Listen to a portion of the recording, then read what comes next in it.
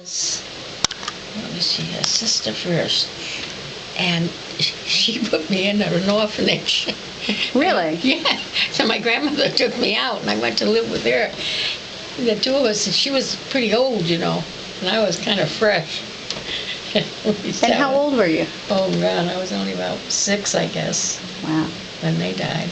And they died? Yeah. They died of the flu epidemic. Now, my mother was dying. She didn't know my father was already dead. Wow.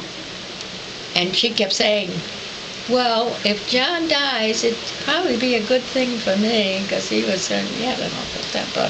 Oh. Oh, boy. And he owned a flower shop? Yeah, he had a temper. In the city? My mother was very easygoing. Yeah. Very pretty woman. But she didn't know he was already dead. But then there were so many people dying of the flu, they just put them away. Waited to bury them. They couldn't bury them. They were dying so fast. That was bad. Then I had it, but see, my grandmother was a nurse. She took care of me all right. But I was fresh. And your dad had a flower shop? Yeah.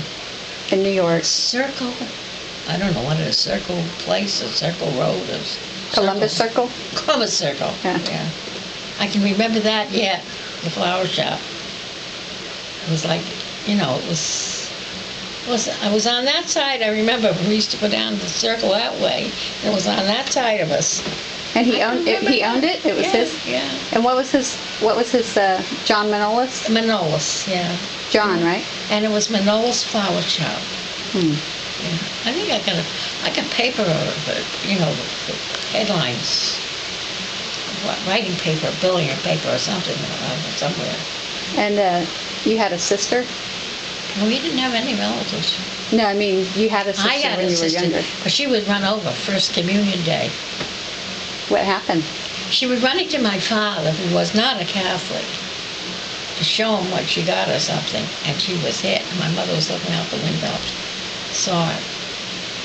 She died right away. Well, I mean, I saw it, but it didn't mean anything to me. I was too young. How old were you when she died? Oh, must have been. She just received. How old are you? First Communion. Oh, 7, huh? Yeah. And I was younger. Yeah. So I was quite small. I didn't realize what was happening. And then it was right after that the flu epidemic started. So you lost your whole family. Yeah, I lost them all in a short time. One after another. My grandmother was very good to me. She had a son, Christopher. Isn't that funny, Christopher? Well, it was after the Shanes, Christopher C. Shane. He went in the service, and then he got sick and he died.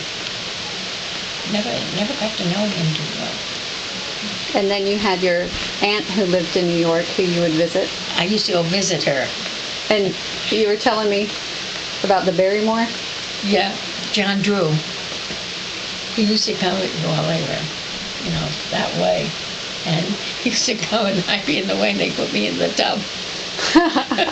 With a couple of blankets. Staying there till he went. Was she pretty? Well, I think she was pretty. Yeah. Yeah. And she was in some movies with Marion Davies. And she was in, I can't think of the name of them now. One was a whole lot of women were mothers, women. And another one, she was, I don't know. She played with Marion Davies and Billy Burke. And her name was Edith Shane. Edith Shane, yeah, she went by that. And she had stayed out with Marion Davies. Stayed with her.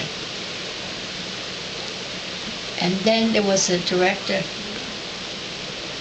John Cromwell. That was his name. I think his first name was John. I know his last name was Cromwell. And he liked my aunt quite a bit, I guess. But when my mother and father died, he really fell in love with me. And he sent me away to a Catholic convent. It was real nice. I went there for quite a while. Then he went out to Hollywood. He was directing movies out there. I used to see his name on the screen. Really? And I never wrote to him. I borrowed money from him. When you were older? Yes. I wrote him a letter. I said I was broke, would he send me some money? I forget what it was, how much. And he sent me the money. And I never paid him back or anything.